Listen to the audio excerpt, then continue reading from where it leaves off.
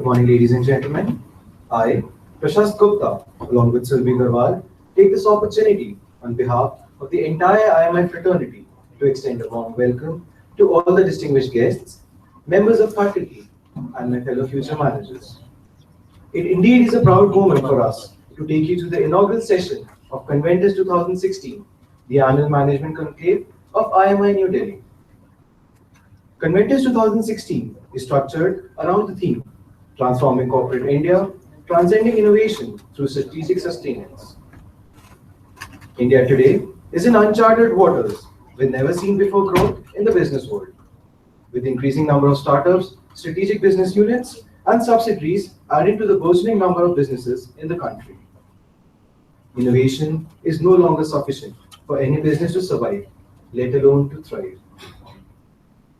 Corporate India needs to strategize its vision for the future with sustenance in mind. With a multitude of companies now offering the same product offered earlier by just a few, it's understandable that the life cycle has considerably reduced. Since long, innovation has entered the mainstream market space with full force, so much so that every new idea has translated into a startup, be it an online grocery store or a one-stop online payment solution. Firms that have been in the market for a while have also recognized this emerging phase of innovation and have tried to adapt and integrate innovation in some form or the other. But with everyone aiming for innovation, it no longer serves as a competitive advantage for a select few. A consumer now takes innovation as a for-granted part of the product and is more concerned about how much more he gets for how much less. The current business scenario is thus facing a major dilemma. Innovation can neither be ignored nor can it be used to gain advantage or superiority by its own. Hence, preparing for the long-term survival becomes extremely imperative in today's fast-changing and constantly evolving market space. When we talk of sustenance, we are talking of ways and means to sustain innovation, to maintain an ongoing and prospering business.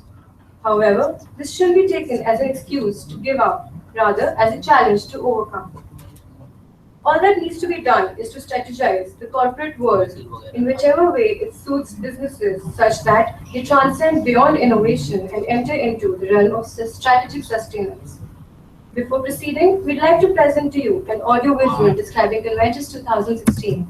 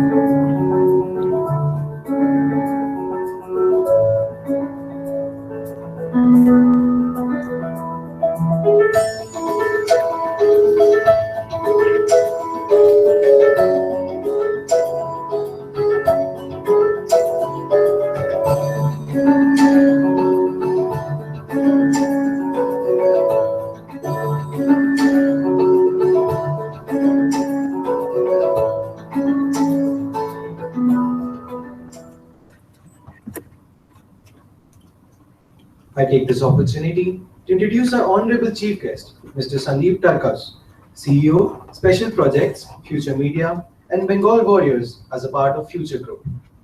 Mr. Sandeep Tarkas has had the privilege of creating, transforming, and working with some of the most exciting businesses and brands in the over 28 years of working in areas as diverse as oil production, sales, marketing, media, retail, and sports team management. So, is presently working with Future Group India, which is one of the India's leading business houses with multiple businesses spanning across the consumption space. Mr. Sandeep Tarkas is a postgraduate with a degree in chemical engineering from IIT Bombay and business management from IIM Bangalore. At Future Group, Mr. Tarkas looks after three diverse portfolios: Future Media, Bengal Warriors Kabaddi Club, and Special Projects. Prior to Future Groups, Mr. Sandeep Tarkas was with Reliance ADA Group as the head media for 2 years. During his stint in advertising media investment management, Mr. Tarkas was involved in three successful startups on the agency side.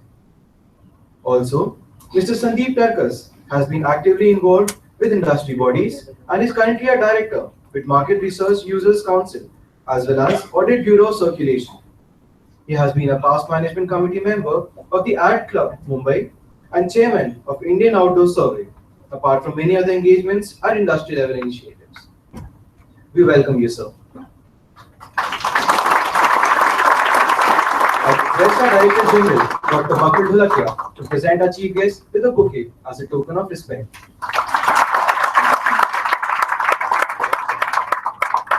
I would request Dean Academics and Alumni Relations, Professor Arvind Chaturvedi, to present our Director General, Dr. Bakul Dholakia, with a bouquet as a token of respect.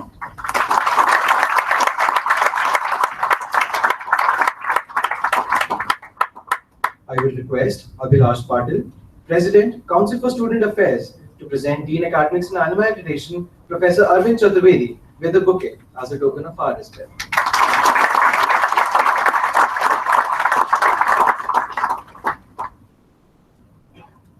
Astoma Sadgamaya, Tamsoma Jyotirgamaya. Let us now, in accordance with our cultural beliefs, invoke the blessings of Goddess of Learning, Ma Saraswati, to bless us with knowledge and wisdom, to show us the path of progress and lead us from darkness of ignorance to intellectual enlightenment.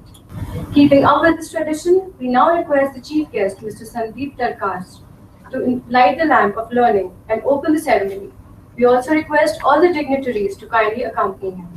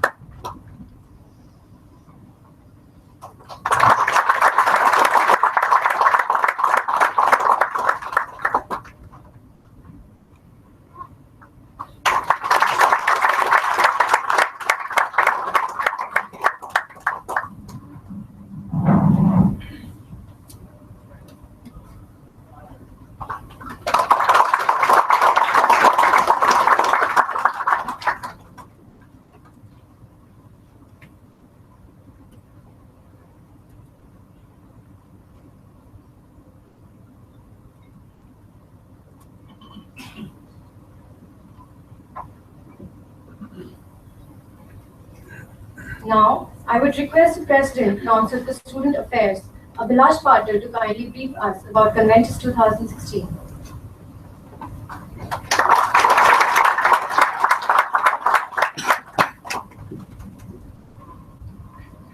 Good morning, esteemed guests, Director General Sir, faculty members, and all my fellow batchmates.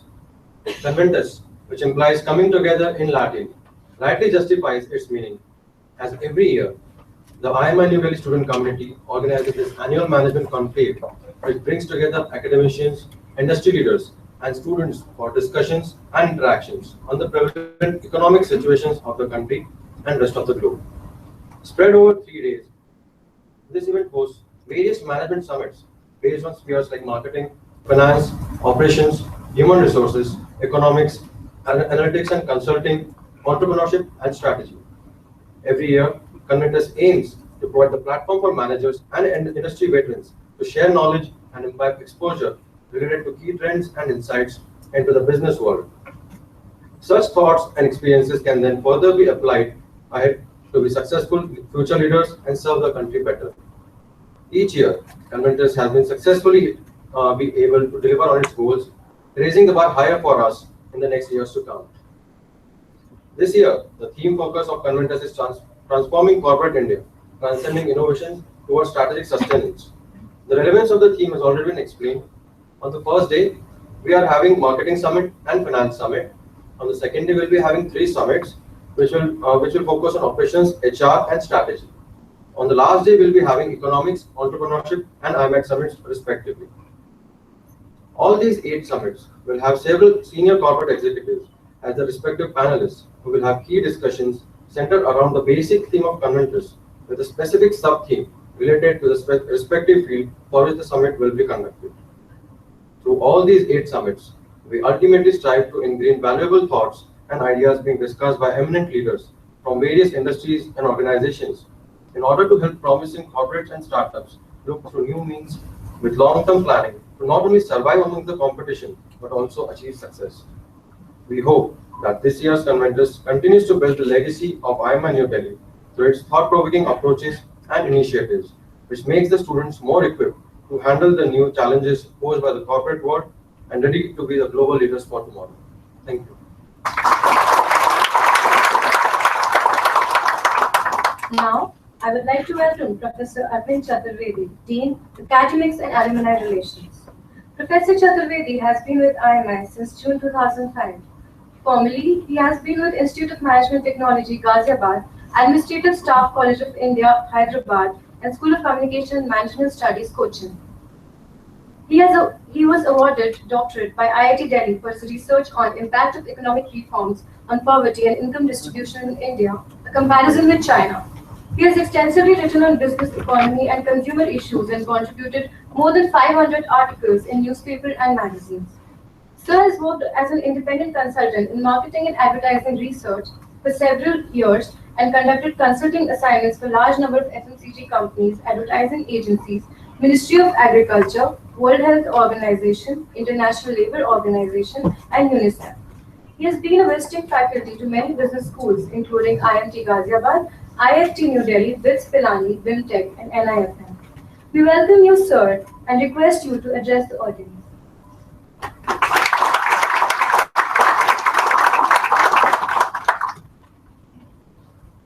Good morning. Chief guest, Mr. Sandeep Tarkas, Director General IMI, Dr. Bakul Dholakia, my faculty colleagues and friends. Conventus 2016 is in the series of such festivals which IMI has been organizing for several years now. The name Conventus was given in 2012 for the first time, and before 2012 these kind of festivals used to be organized, these kind of summits used to be organized in different names by different clubs. We used to have throughout the year the events such as Finance Summit, Economics Summit, or Marketing Summit, and so on. We thought that instead of having this scattered over the year, let us have 3 days together, and all the clubs can come and they can organize the summit together. And that is how the idea of Conventus was born. As Avilash Patil just informed, that we are going to have over the next 3 days 8 different summits, and in these 8 different summits we are going to have roughly 45 corporate experts coming and discussing on different topics. The theme of this Conventus this year, Transforming Corporate India, is very relevant and very apt. Corporate India can only be transformed through 2 things. A, the technology. B, the financial restructuring.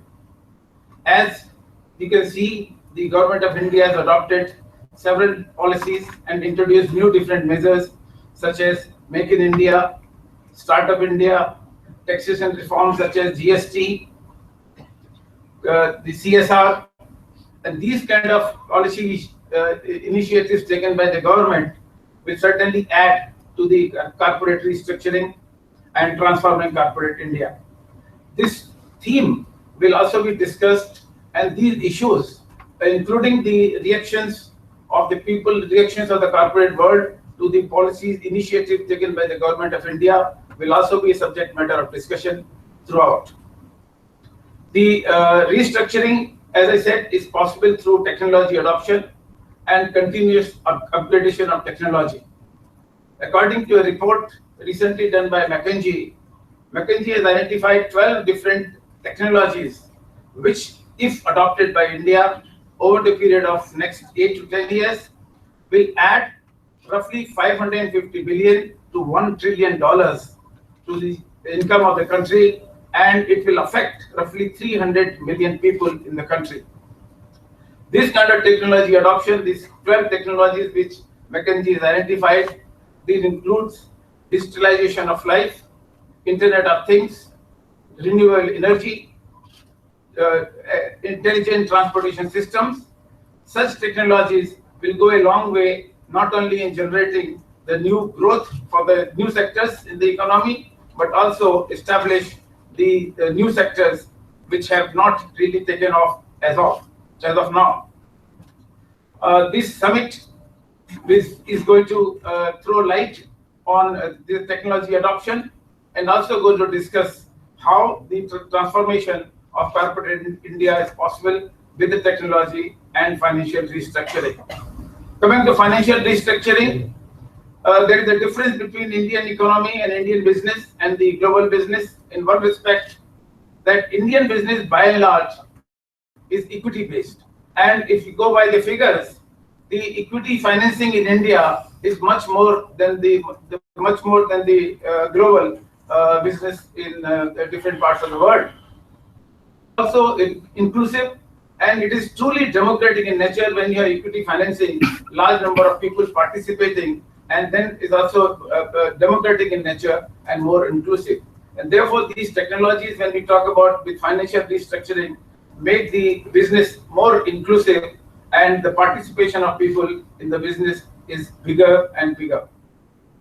I hope the coming 3 days will the kind of discussion that we are going to have in 3 days will be a brainstorming sessions that the students will go through, will certainly add to the knowledge bank of the students, and these students will gain from these kind of discussions, and this will add to the knowledge.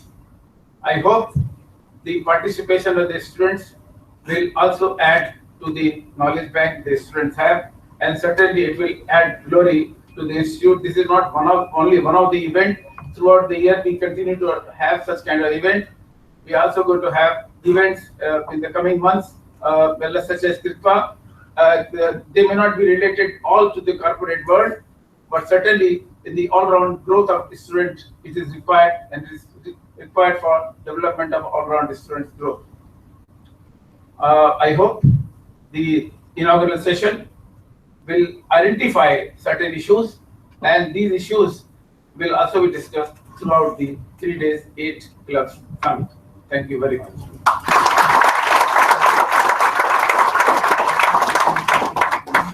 Thank you, sir, for your words.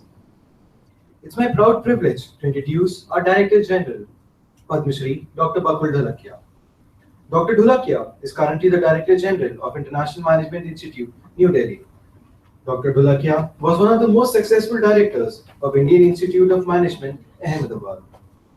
Prior to joining IMI, he was the director of Adani Institute of Infrastructure Management and Gujarat Adani Institute of Medical Sciences.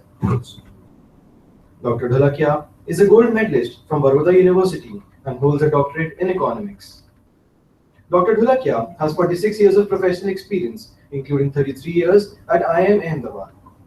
During the course of his long tenure at IIM Ahmedabad, Dr. Dholakia occupied the Reserve Bank of India chair from 1992 to 1999, served as a dean from 1998 to 2001, and as the director of the institute from 2002 to 2007.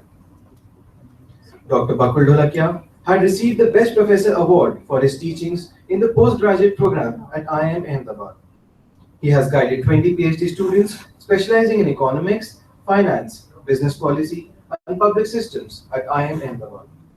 He's been a consultant to various national and international organizations. In 2007, Dr. Dholakia was awarded Padma Shri by the Government of India in recognition of his distinguished services in the field of education. The Global Foundation for Management Education, jointly formed by the Association of American and European Business Schools, had nominated Dr. Bakul Dholakia as a member of the board representing Asia in 2006. In 2008, Dr. Dholakia was conferred with Bharat Asmita National Award for his contributions to management education and teachings by the Honorable Chief Justice of India. Dr. Dholakia has been a major guiding force behind the numerous initiatives and expansions of activities at IIM Ahmedabad, contributing to its enhanced international image and recognition. His achievements in institution building have been nationally acclaimed and internationally acclaimed as well. Dr. Dholakia has been a board member of the Reserve Bank of India, Western Area Board from 1993 to 2001. In recognition of his efforts to improve the quality of management education, the Government of India had appointed Dr. Dholakia as the chairman of the National Board of Accreditation for Technical Education in India from 2005 to 2008. He has also served as external director on the board of several public and private sector companies. He has an extensive experience of conducting executive development programs for top management of leading companies and also for senior bureaucrats in India and abroad. Dr. Bakul Dholakia has also served as a member of the jury for various corporate excellence awards and selection committees for CEOs. Over the last 2 decades, Dr. Dholakia has worked on numerous government committees, the recent ones being the Rangarajan Committee on Pricing and Taxation of Petroleum Products 2006 and the Expert Group on Pension Fund constituted by the Government of India 2009. The Competition Commission of India has appointed Dr. Bakul Dholakia as a member of the Eminent Persons Advisory Group, which serves as a think tank to give broad inputs and advice on larger issues impacting markets and competition. Dr. Dholakia is author of 12 books, 28 monographs, and more than 50 research papers published in professional journals in India and abroad. His areas of specialization include business economics, corporate strategy, development economics, and public enterprise management. Sir, we are honored to have you among us here today. We request you to address the audience.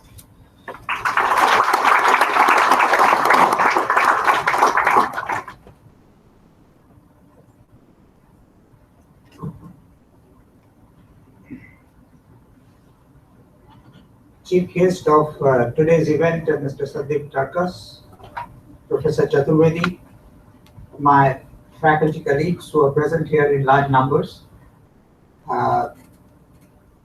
students of IMI, and invitees, ladies and gentlemen. Well, it gives me great pleasure to be part of this inaugural function for Conventus 2016. And I must compliment the Student Affairs Council for organizing this event so extremely well. I think I was a part of Conventus 2015. Conventus 2014 happened before I joined. And I can see the difference between the way Conventus 2014 was organized and this one is organized. So my compliments to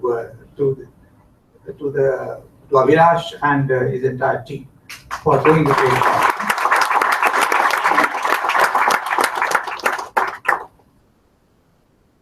Now, Professor Chaturvedi has briefed you about the context of Conventus. And you know, this whole idea of coming together, it's a good thing that in this event all the clubs come together. And I'm waiting for a day when this event will involve not only the participants from IMI, but at the end of the day, I think the when we go and participate in the events of other business schools, we must also have events here which are academic in nature, where the other business schools come and participate. I think we have successfully integrated activities of different clubs. We now need to take it to the next level, and we need to kind of create some kind of. I remember this because at IIM Ahmedabad, where I worked for so many years, we used to have these events, and then we finally merged it and called it Confluence, and the Confluence became an inter-B school event, not just the inter-B schools within the country, but we focused on international B schools. And one of the parameters on which we used to measure the success of Confluence was how many international B schools actually participated and what was the size of the contingent that really participated in this. Now, at least we need to focus. If we consider ourselves as a premier B school, we should rub shoulders with the premier B schools of the country and invite. It's for them to participate or not participate. But it should be our objective to focus on the premier B schools and extend invitations and organize the event. Now, even if you can't do it in terms of a 3-day event, at least there is no harm in starting with a 2-day event. So I think I'm just leaving this thought for the Student Affairs Council to kind of look at it. You may take a year or two to develop this, but we need to kind of take this whole thing to the next stage. Now, saying this doesn't take away from the spectacular manner in which this whole event is being organized. But what I'm saying is that events like this primarily serve 3-4 types of purposes. The first purpose that it serves is gives you a holistic view of management as a discipline and the thought process, and in the process integrate all the functional areas of management into one single event. And so the coordination across different functional areas happens automatically. And all this has to be done in the context of event being organized around a theme which is contemporary. Contemporary in terms of what is most relevant at the time at which the event is being organized.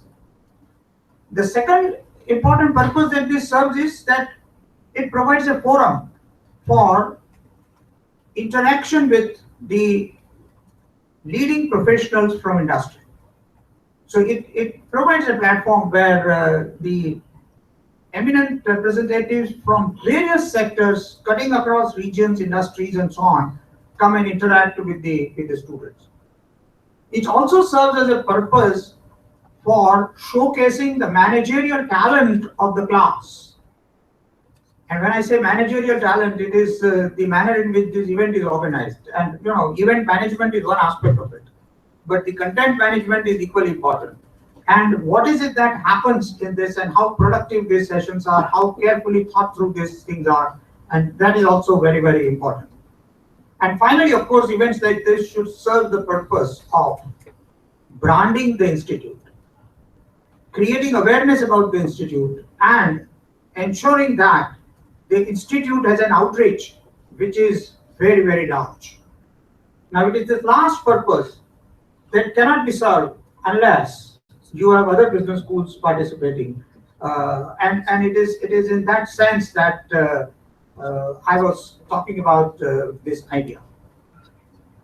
Anyway, let me come to the theme of this year's Conventus. I think I agree with Professor Chaturvedi that there is nothing more contemporary than the issues of innovation, competition, corporate strategy, and sustaining organizations. Particularly after the global economic crisis of 2008, these issues have come to the forefront much more. And failure to address these issues creates problems that is now being recognized very, very widely. But then there is something about innovation that I would like to highlight. I mean, ever since we launched on economic reforms in 1991, which is 25 years ago, we have been talking about innovation. I mean, we have been talking about innovation since 1991, that innovations has to be an integral part of business strategy. Innovations is absolutely essential for survival, for growth, for sustenance, for excellence, and host of things. So therefore, the idea that organizations need to innovate and that organizations need to integrate innovations with business strategy, there is absolutely nothing new about it. And in India, we started talking about it in 1991. But globally, innovation has been the focal point of corporate strategy for decades. I mean, before that. The only important thing that we need to note is that the way innovations are defined, the way innovations are pursued, the way innovations are interpreted can vary from country to country. It can vary from business to business. It can vary from region to region. The broad philosophy and ideas of innovation remain the same, but it is the art is in its application, and the application varies depending upon the context. I recall, I mean, if you go to the original literature about innovation, I mean, it dates back 200 years. I mean, and if you look at the original context of innovations, the innovations are of different types, and I think that is what matters. Now, today's generation, the modern generation, particularly the IITians and the B school students, have somehow come to the perception that innovations have something to do with the application of technology. Now, the technical innovation or the ideation part of it, which is basically the technology defined in its purest form, is of course at the heart of innovations. I mean, it is, but let me tell you that that's one part. With the modern generation and its fascination for IT and the technology which is IT driven, innovation is perceived in one particular way. And that is how the focus, when you talk about startups which are based on innovations, focus is on these aspects. Initially, it was a green field, vast open, unexplored, and therefore, basically simple ideas developed well, delivered phenomenal results. But with the passage of time, the competition in that space has increased very, very substantially. And that is precisely what innovation does. Innovation disrupts competition. Innovation dismantles existing frameworks. And innovation, therefore, introduces completely new ways of doing business, completely new ways of looking at it, and so on and so on. But then, let me tell you that India is a nation of a size and variety and diversity where we need to think about whether the concept of markets is what we perceive. I mean, markets are not about metros. Markets are not about those who are addicted to mobiles and internet. The markets are far beyond that. And who do you expect? Do you expect Americans and Europeans to find out innovative ways of doing business in rural areas?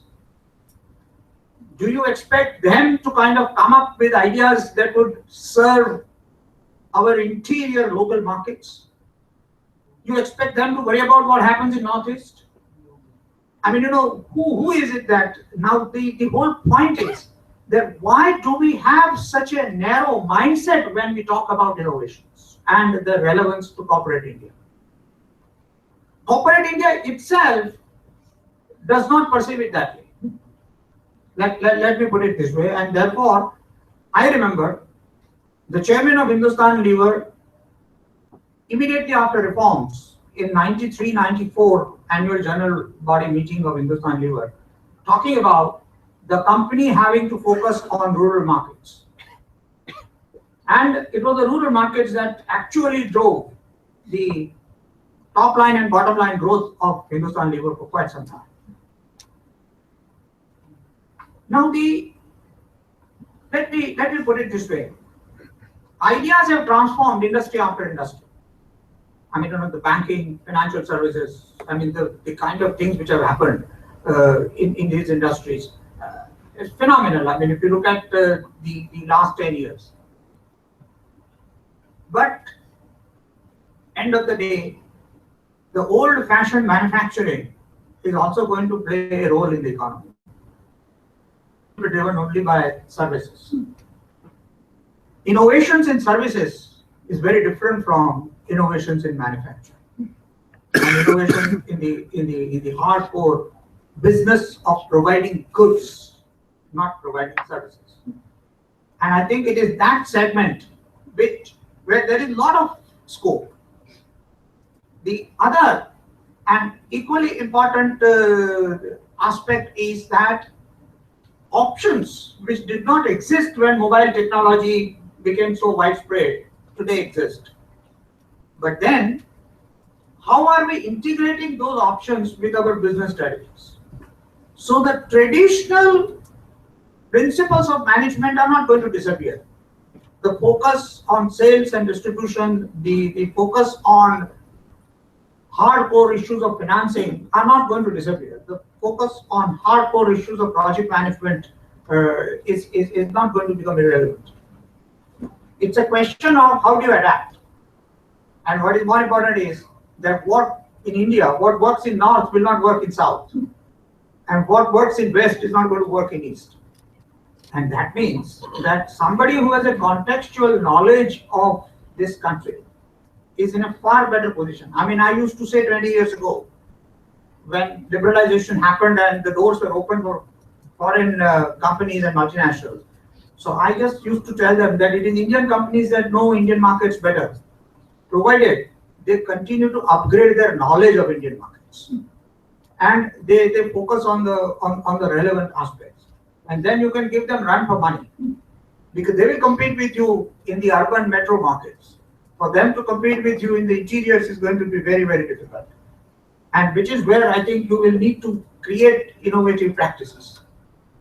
Therefore, to me, the innovations is not just the ideation or the basic technology part, but the innovation is also about discovery of new markets.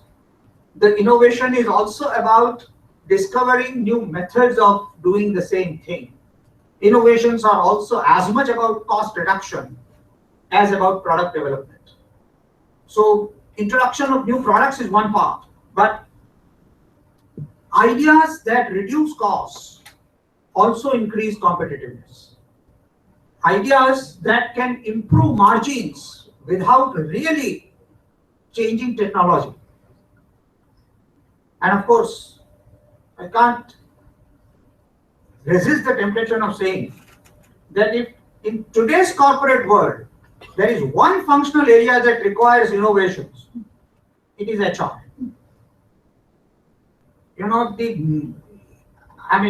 My perception is that HR practices in organizations have started undergoing some change, but if you look at the progress of other functions, marketing, finance, operations, IT, in relation to that, the progress in terms of changing practices, norms in HR has lagged behind, substantially lagged behind.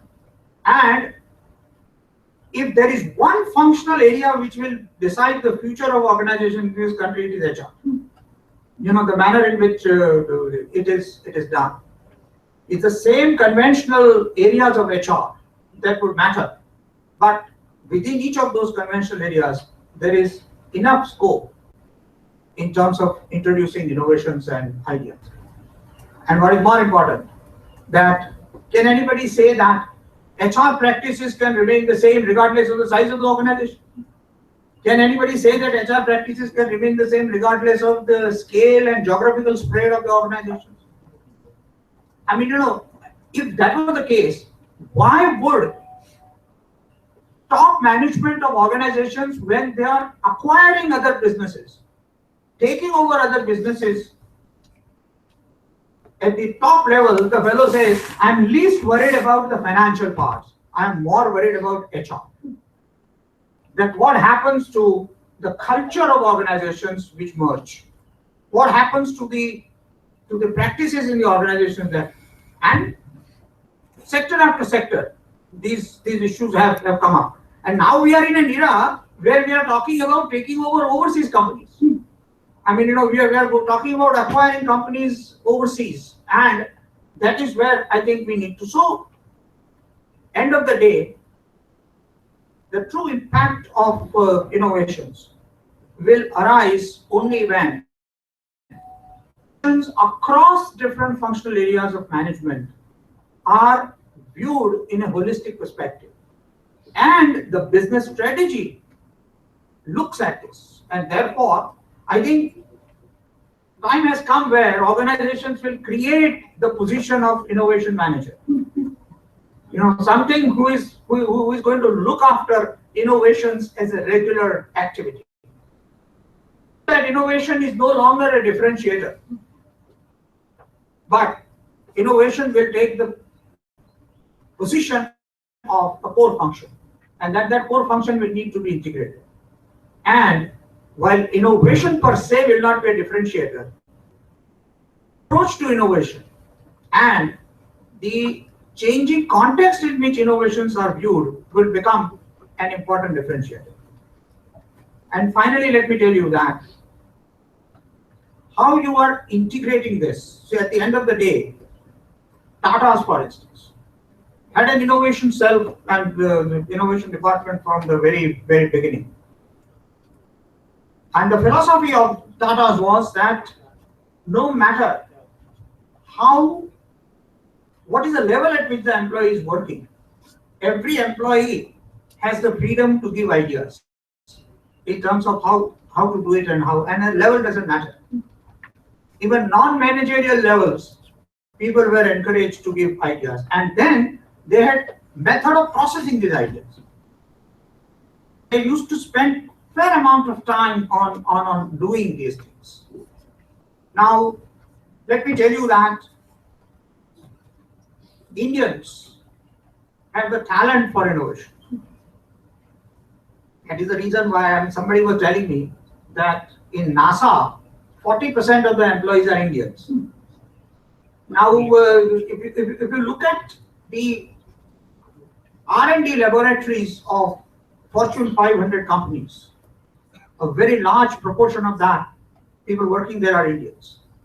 And therefore, we have the talent. Only problem is that Indian corporates have not bothered about paying attention to this. And therefore, R&D budgets of Indian companies are amongst the lowest in the world for the kind of manufacturing power that we claim ourselves to be. The day we develop this, we will be able to retain talent. We will be able to attract talent back to the country. And the innovations can really proceed at a faster pace. I would say that any industry can, at any given point of time, be on a threshold of a game-changing innovation. Innovation which is so disruptive that it changes everything. There are examples. Now, take for instance the advertising and media industry, which is the specialization of our chief guest. I mean, tell me, today, a guy who has been in advertising and media business for 30 years really feels scared, because the manner in which this industry has transformed in the last 10 years and the manner in which it is going to behave in the next 10 years, we don't even know. So old ideas, old conventions, all old ideologies get dismantled and destroyed very fast. And One of the challenges for business schools is to keep up to date with this. And for keeping it up to date, I have been saying this to my colleagues for the last 2 years, and I will repeat it one more time, that if the industry changes, if the industry innovates, if the industry survives and thrives only by innovations and integrating it with business strategy, time has come for us also to innovate. The business schools have to innovate. It is not only in terms of changing curriculum and introducing new courses, but also changing pedagogies and looking at it. If managers are going to work in organizations which are going to focus a lot more on innovation, the managers require creativity which is far beyond what we are trying to inculcate today. And therefore, the focus on creativity and focus on encouraging new ideas has to be an integral part of business school curriculum. And unless we do that, I think we will not survive. And we will be back to the days when organizations will have to have long 6 months to 9 months to 1 year induction programs for converting managers into the kind of innovators and managers that they want. And in which case the business schools will become redundant and less relevant. So we are also in a competitive environment and we need to strive. I'm sure that my colleagues are aware about this and they would be working on this. But anyway, I think this theme is very appropriate, and innovations in each of the functional areas which will be debated by the summits should throw up new ideas and new ways of looking at this problem. We are in an exciting world, full of challenges, and each generation of managers that passes out in each new batch is going to face an ever-changing business environment. And therefore, I think the knowledge and experience that you will gain over the 3 days should be of immense value to you when you pass out and go into the corporate world, because that will showcase the reality that you are going to face. I wish the event all the very best, and I hope you have a very fruitful discussion over the next 3 days. Thank you very much.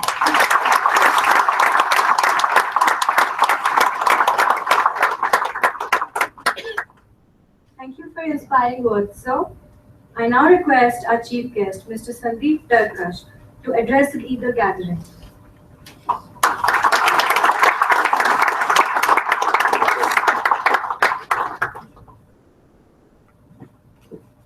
Professor Gulakia, Professor Chaturvedi, members of faculty of IMI and friends. It's a very hard act to follow to come after someone like Professor Gulakia, and I was really fascinated just listening to him. I wish I'd gotten the chance to attend some of his lectures. Unfortunately, that was not to be. He focused, I think, some of the things that Professor Gulakia was really ringing bells in my head, and I could see a lot of people sitting in the front rows also nodding in vigorous agreement, because I think one of the things that he talked about is that who is it that's going to go and market to the Indian rural public, or it's going to be us, right?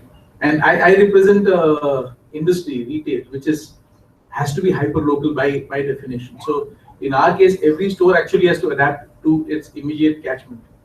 Okay, and this is one of the things that, for example, I love to quote an example of 2 stores that we used to have exactly 2.5 kilometers apart. One was in, for those of you who know Bombay, there was a store at Bombay Central, and there was another store at Lower Parel, and they're 2.5 kilometers apart. The only difference was that the Bombay Central store was in the heart of a very conservative Muslim catchment area called Nagpada. And the Lower Parel store was in the midst of a very cosmopolitan Bombay, because it was inside office complexes, and those 2 stores could have been in 2 different worlds, because you could go in, all the processes were the same, but the kind of merchandise you saw there, the way the merchandise was arranged, it was completely different, because it was catered to 2 very different mindsets, 2 very different kinds of customers. And this is the kind of innovation that one has to adapt to as you move on. From the theme, I think I love the way Professor Chaturvedi first talked about the theme, and the way Professor Roya really focused on the innovation aspect of it. And I think he said a lot about innovation, that those are really valuable words. I think all of you fortunately should hang on to every word that he said, because they're very, very crucial and important words of a very experienced man. I would like to focus a little more on the other word, which is sustenance, because the theme I was referring to was, you talked about sustainable innovation, right? And it's not just about innovation, but something which can. I just had a little chat with some of the students before. How is it that you guys are looking at this topic? So the 3, 4, 5 people that I managed to talk to, and the sense that I got that most of you thought that sustainability was about longevity of an idea. How long can the idea last, and how far can it go, and how scalable is it? I would like to submit that it's a little more than that. Now, before I start, I would like to just give a caveat. There is a very nice line that I heard some time back from someone that when an old and distinguished scientist tells you that something is possible, is very probably right. But when an old and distinguished scientist tells you something is not possible, he is very probably wrong. So luckily, I'm neither old nor distinguished, so I can say whatever I like. And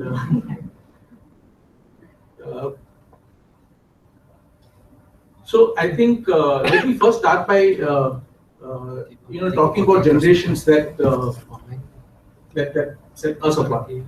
Our generation, honestly, had it really easy. There was a generation which had all kinds of restrictions, very little options, very little availability. Everything was a waiting list. Everything in life was a waiting list. Whether you wanted to get a telephone, or a scooter, or a bicycle, there was a waiting list attached. It was an economy of shortages, but you did get very few choices in life and very few options, and you made it with what we had.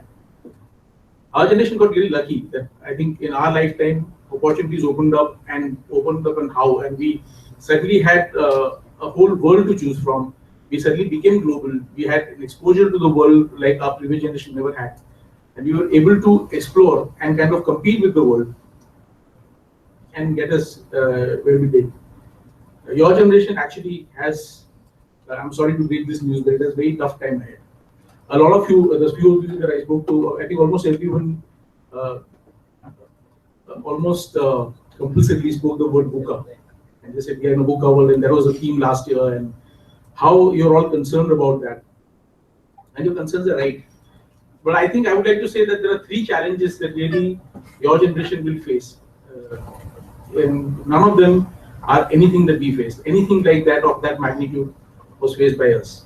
2 of them were highlighted by the Prime Minister as well. The Prime Minister talked about terror and climate change being the 2 biggest challenges facing the world today. And that is a reality. So I think, but I would like to add a third really huge challenge. It's a challenge and an opportunity, and it's up to you on how you take it. That concept of the second machine age, which is overtaking us.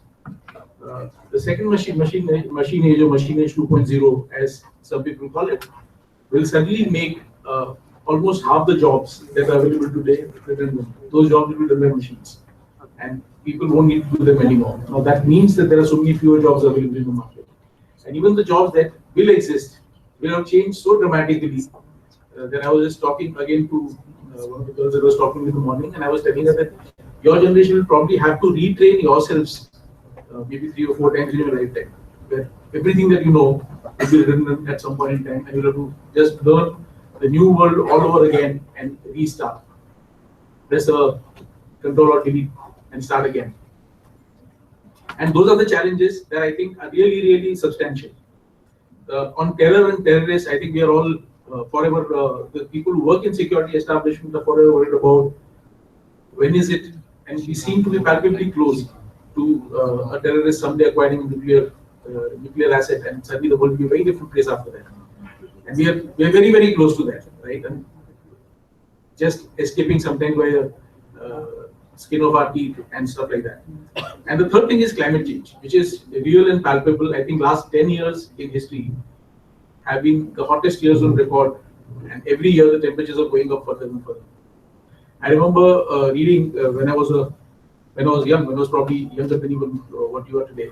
I remember reading then in the 70s, late 70s and early 80s, reading somewhere that if the temperatures, average temperature in the world rose by 2 degrees, and 30% of the world that we know will drown. So which would mean that all the the glaciers would dissolve and become water, and that will raise the sea levels. So cities of Bombay, New York will be gone. And those challenges are real. Now, very often, as it often happens with these kinds of things, the doomsday scenarios don't always turn out true. There is something called human ingenuity. We always somehow seem to find a way. And now it's up to you guys and your generation to really take up the challenge and show your ingenuity in overcoming these problems. So machines, like I said, they will decimate good half of the jobs that exist today. You'll have to really scramble for what is left, and really machines will define the agenda in terms of how and what part is that is left for you to do. Because whatever machines can do more efficiently will definitely be passed on to the machines, and it's for you to discover and find how is it that you can be more you can do things which the machines can't do. India, like Professor Gorakhia again spoke about, we have been kings of innovation for centuries. I think the jugaad has been it's been part of us, and in most part it has happened because it's our response to a non-responsive system. Because I had this guest from Germany who came down, and we put him up in a hotel which was 20 minutes away, and firstly he came, it took him 45 minutes. We told him hotel is 20 minutes away, it took him 45 minutes.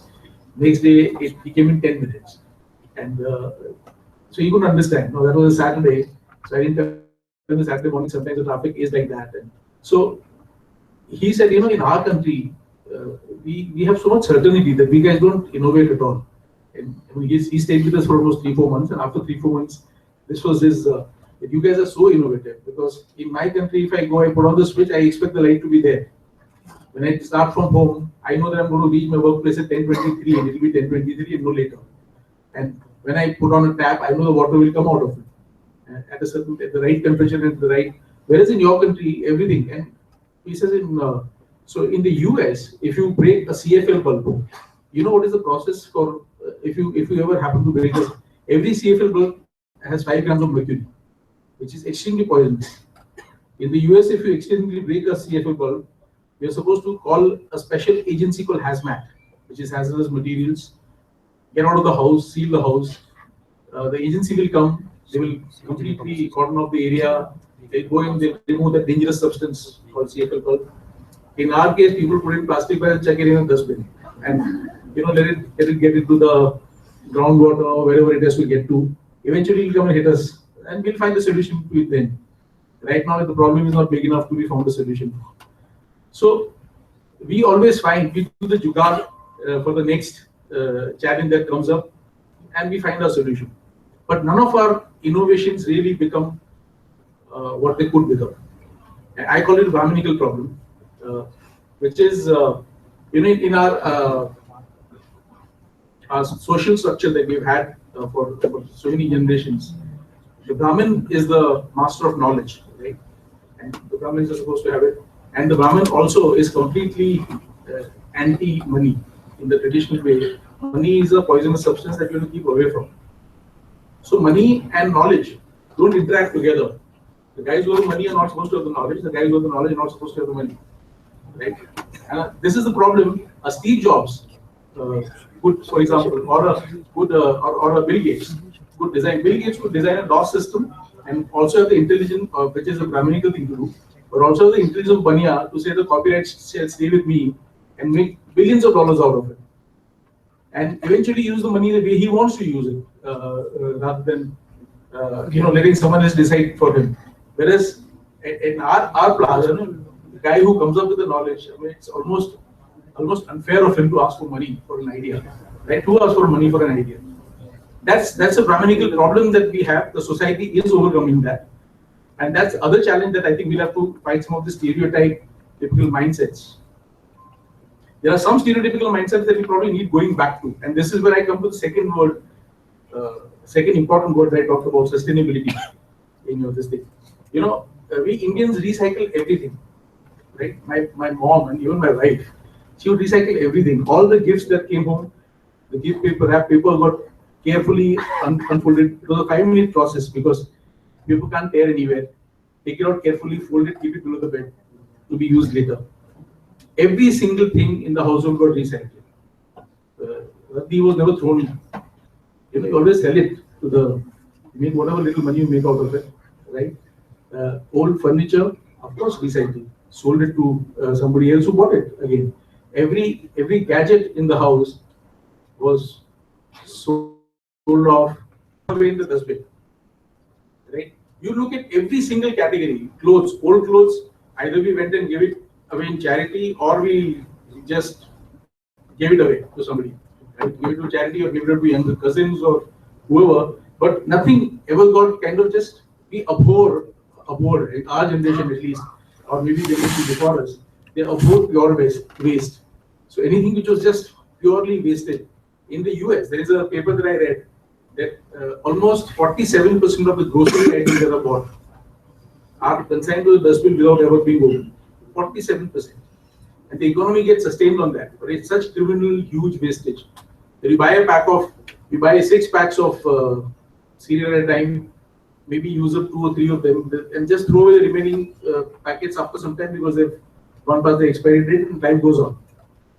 Whereas in India, we never do that, right?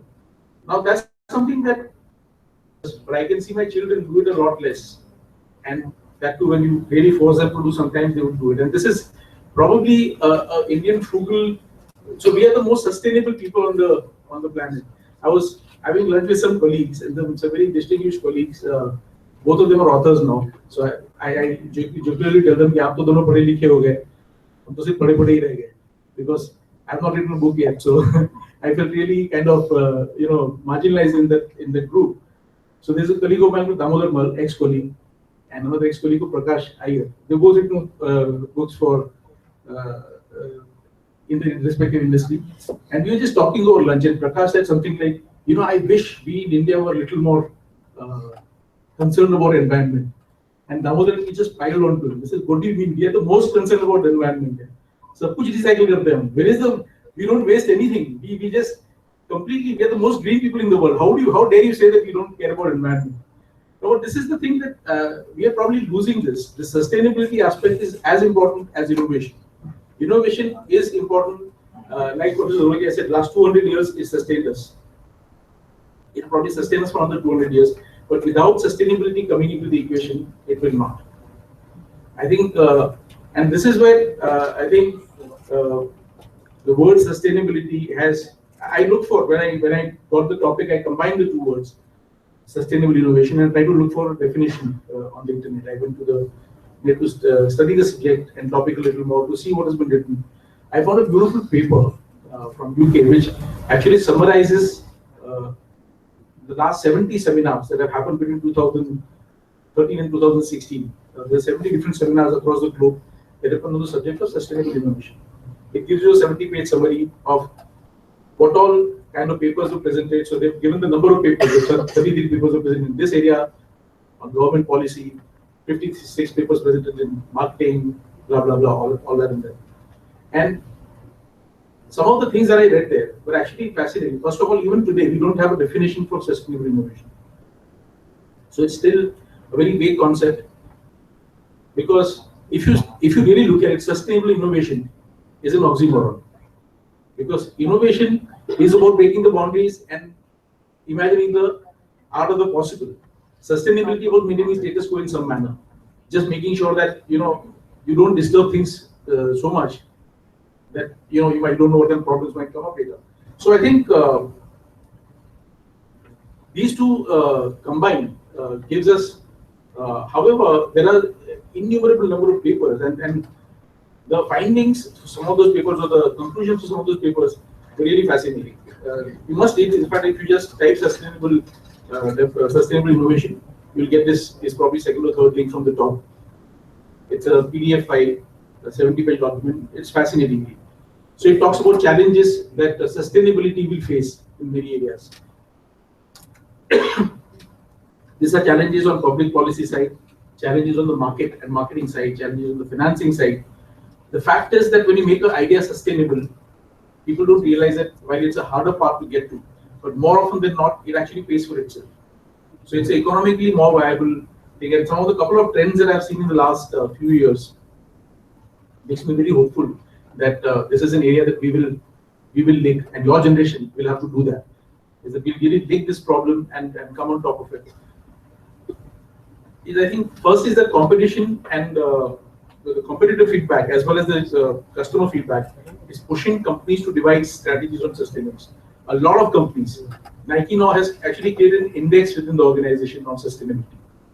They measure a lot of parameters, which includes carbon footprint of their products, which includes in production, in transport, and what are they giving back to the environment in return. So they're actually increasingly working on products which are more sustainable, sustainable from an environmental perspective. And a lot of companies, you find the example of Boots, Nike, a lot of companies have, in India too, a lot of companies have started focusing on the area of sustainability. And again, more selfishly so, because it also makes business sense. Because eventually, at some stage, you can start actually using this as a competitive advantage. If you look at what Patanjali today stands for, a lot of his appeal also comes from the fact that people assume that it is assumed. No one knows for sure, but you assume that is actually coming from natural, from it's a far lower carbon footprint. It's a far more sustainable kind of product, and it feels good to use a product like that, right? And that is where we are seeing. So I think on the one hand, there are trends suggesting that companies are beginning to think about working in a more sustainable manner. And secondly, I'm seeing now that even from the consumer end, a lot of consumers are veering towards using products which are more sustainable. And this is happening a lot, is far more pronounced and spoken about. However, there is always a gap. People say that they want to use products which are sustainable, but they will not always do what they say. Right? That's why we call this the awareness gap. So you'll say that this is what you want to do, but you actually might do something else. But a lot of retailers, and we have also started this process, but a lot of retailers around the world, so Walmarts and Targets and Tesco's have started using and making, classifying products based on their sustainable footprint or the sustainability footprint. And this is something that I think customers understanding what it means to them, because last 7-8 years have really woken up people and said that yes, something that we talked about theory, but it's not so anymore. It's come home now. These chickens are coming home to roost, and we need to do something about it, something really fast. So in conclusion, I do hope that over the next 3 days, we'll get to discuss threadbare. A lot of ideas revolving around innovation, but more around sustainable innovation, which will impact the growth of the fledgling idea, that is sustainable innovation. I would also say that while importance of adopting sustainable innovation, it cannot be overstated, right? It's something that whose time has come, and there is a growing realization to this. Still, I think relatively few companies have started adopting it, and it's a long way to go. I'm not saying that this is panacea which will solve all our problems, but it's definitely a very, very good beginning to start addressing the 3 problems that I talked about, and I think that is something. So sustainable innovation coming as a cornerstone for the government policy, for society at large, and for markets is something that is really of essence here. And I think a lot of many new business opportunities will also emerge from this entire drive towards sustainability. Right? New business ideas and opportunities will arise. Another thing that I have noticed, I've been going to campuses a lot. I was advising, I was mentoring a few kids at IIT, and what I see today is, I don't know about your batch, but how many of you plan to take up a job after finishing your course? How many of you plan to start up something on your own? There are very few actually, but if you go to, for example, when I go to IIT, any IIT classroom, and I ask this question, 50% of hands go for, I'm going to do something on my own. Maybe it is what Professor Dolokia talked about, a mistaken belief that innovation is basically what you do on the phone, right? Innovation is a lot more than that. I think a lot of people are doing IT-based startups, but even others. I met 2 students who have this entire amazing business idea, and they're searching for funding right now about recycling garbage from homes. So they want to almost privatize garbage collection and converting that into biogas, marketing the gas separately and the manure separately. And they want to do it in a, so I mean, he has an entire business plan ready. The guy is right now looking, he's got some seed funding. He's looking for a big funding and maybe take up one city. So they decided to take up a city like Bhopal, of the size of Bhopal, as a test case. And if you're able to do it there. Now this is a completely, I didn't expect this. When you talk to the IT students, you would all think they want to do something, they want to develop a new app, right? When they talk of doing the startup. But there's a guys who there's two kids who just want to work on this. And it's a fascinating job. They've gone and met ministers, policymakers. Everybody appreciates the idea, but they're still searching for funding. But so I think there remain many obstacles in the path of sustainable innovation. I think the system level obstacles, like I said, government policy, marketing, finance, and so on and so forth. But it may not be, like I said, the panacea that will solve all our problems. It will be beginning for a better future for all of us. And let's remember just this, that future is where we'll spend the rest of our lives. And with that, I would just like to say thank you.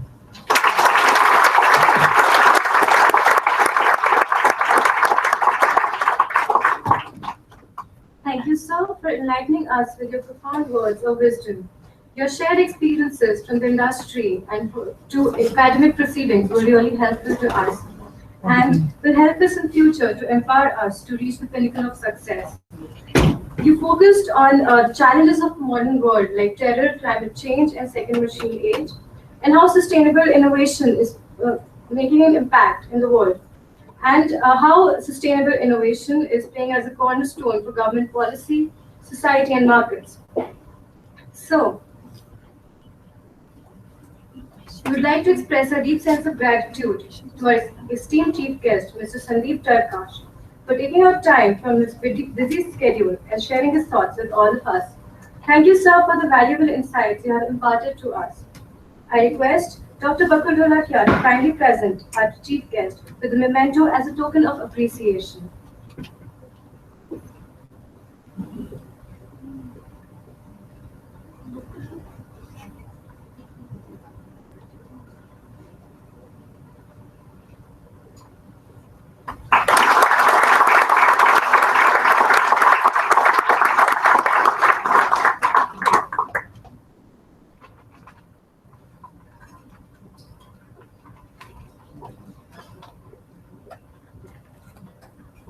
The session is now open for questions. I request anyone from the audience if you'd like to ask some questions from our dignitaries.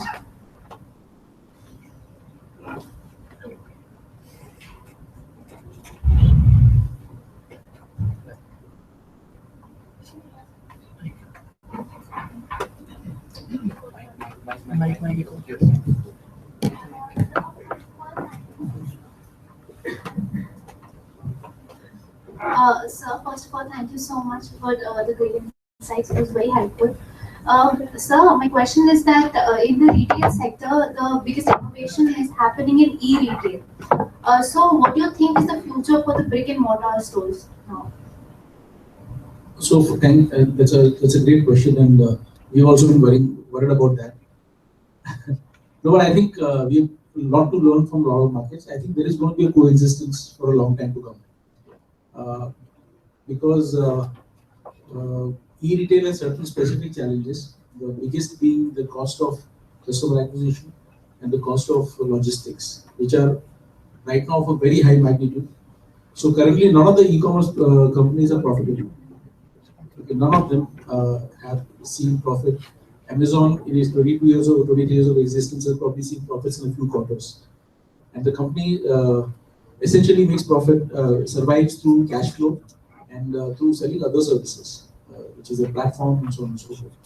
So I think as long as customers want to touch and feel and see products for themselves, it's going to continue for a long time. The future, I believe, actually belongs to something which is probably an amalgamation of the two, which is what we call omni-commerce, which will have some sort of physical presence, but have a online presence as well. So in omni-commerce, very simply put, if I'm working this city as a metro, so if you're working near one metro station, you have a store there, and you getting off at another metro station for your work. So when you go to work, sometime during the break, during lunch or something, you can go and order stuff, but you don't carry it around with you. So you tell them, I'll pick it up from the other store at 6 in the evening. So the packet will be actually ready for you at the other store. This is what omni-commerce, very simply put, is. You can order online, get it delivered offline. You can order offline, come to the store, order it, but get it delivered at home. Order in one store, pick up in another store. So I think this is where the future is. If you look at the US, which is probably the most advanced e-commerce market, online, the so-called the fastest growing online commerce players are essentially what you call brick and mortar retailers. So Walmart.com and Macy's.com and Target.com are among the fastest growing e-commerce players. So it's about adapting and surviving. So the adaptation curve is something that all of us have to go to. So I think it's the same question when modern retail first came. People asked that will this kill traditional retails? Well, it didn't. The traditional did got better. I think the same thing is that with the coming of e-commerce and its widespread usage by a lot of people will help us get better.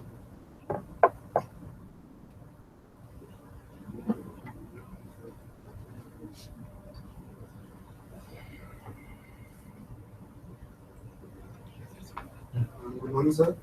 So, will the leadership move from conventional management to innovative management? It has to. I don't think that's a choice anymore. I think leadership is also undergoing a dramatic change.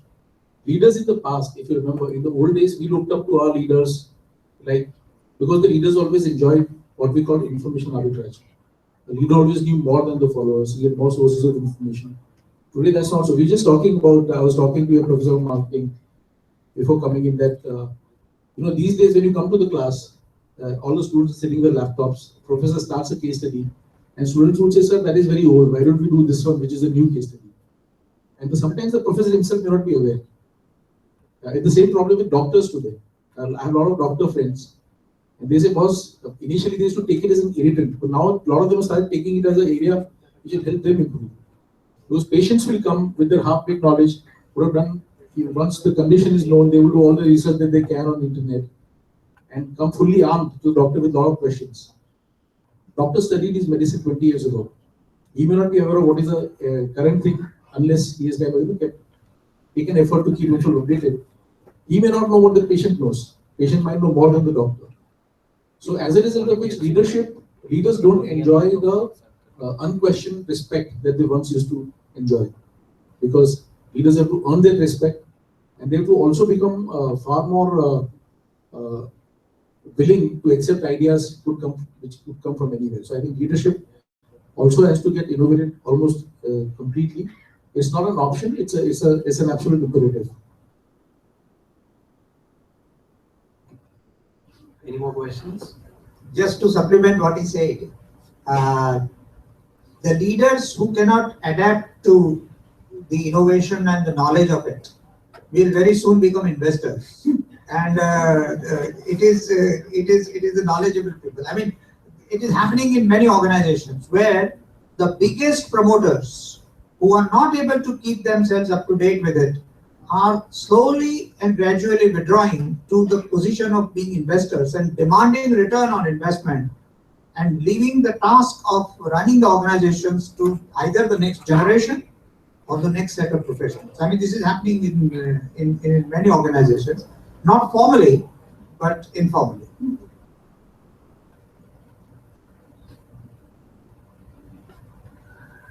Hello, sir.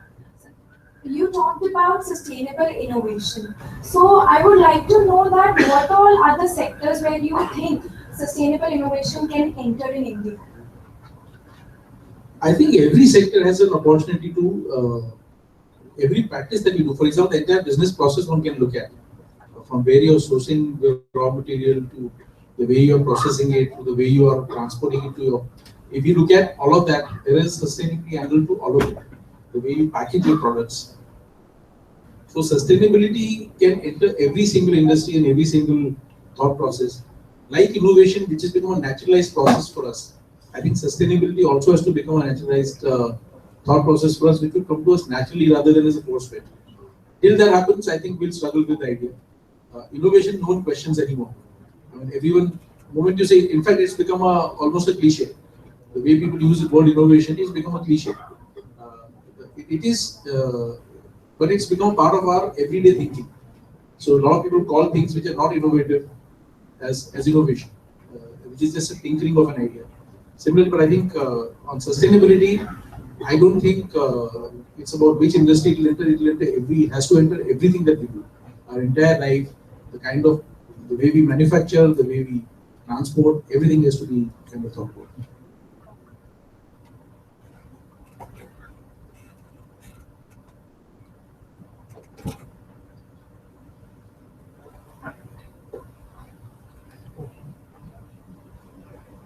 So, as you said that markets today are very, very uncertain and innovation thrives in uncertainty. So my question is that does the market offer itself as a breeding ground or do special efforts need to be made for the same? That's a brilliant question because I think in every threat lies an opportunity. So a market is a I mean, we innovate when we are forced to evolve. I used to work many years ago on buying media for Hindustan Viewer. Okay, that was probably 20 years ago. And at that time, the brands which did the most innovative stuff were the brands which had no budget. They were forced to a corner. So they would be forced to think on how can I make this little money that I have run that much harder and come up with. So yes, market will keep throwing these opportunities to you in terms of they might be disguised as challenges or as threats, but they're all opportunities wrapped in a slightly hard coding for you to get into the heart of it.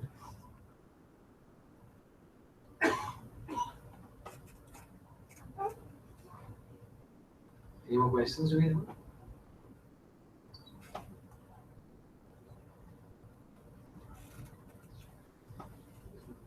I request our chief guest to kindly sign a mark and write a short message for us to keep as a memorial for Conventus 2016.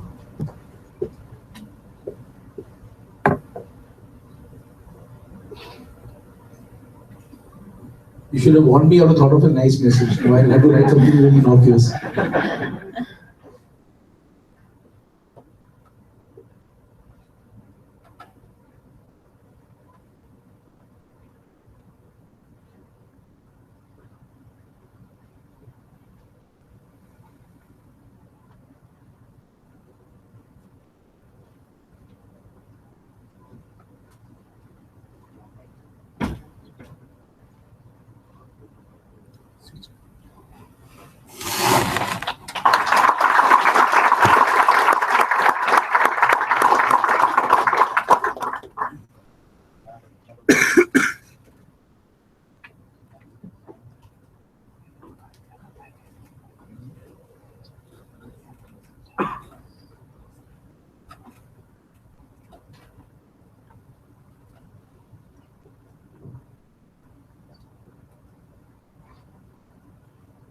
Just like to share what Sudha said. So has very probably said that how blast brings sustainable innovation.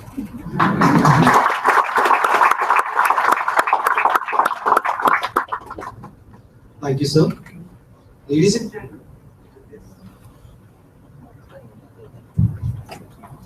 and gentlemen, with this we conclude the inaugural session of Conventus 2016. We are sure that the session has been very enlightening for each and everyone present here. We thank you for coming here and we hope to see you all again. I, Prashast, and my co-compare Surbhi, on behalf of the student fraternity of IMI, would like to take this opportunity to commend all the guests, speakers, professors, students, and staff of IMI for helping make this endeavor an unparalleled success. We would also like to extend our deep sense of gratitude to our sponsors. Conventus 2016 is co-sponsored by RP Sanjeev Goenka Group and powered by Panasonic smartphones. We also wish to thank our nutrition partner, India Gate, food partner, Pat & Harry and Burger.in, beverage partner, Hector Beverages, and website partner, Security Software Private Limited. We would also like to thank our other sponsors, American Express, Cadby, Despite Holdings, Safe Pocket Money, NTPC, Allahabad Bank, Pizza Hut, Punjab National Bank. We would like to request the guests to now proceed to the lobby area. Also, I request all the members of the audience to stay back for the movement. Have a wonderful and enriching day. Thank you.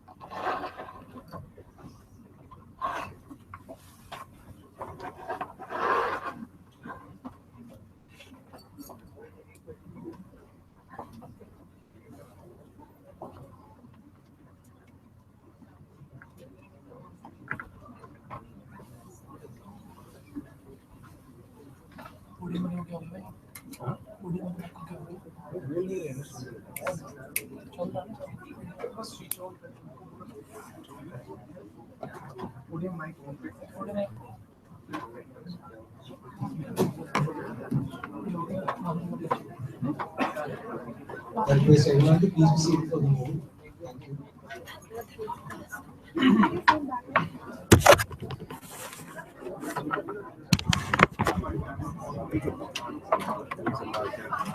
Thank you.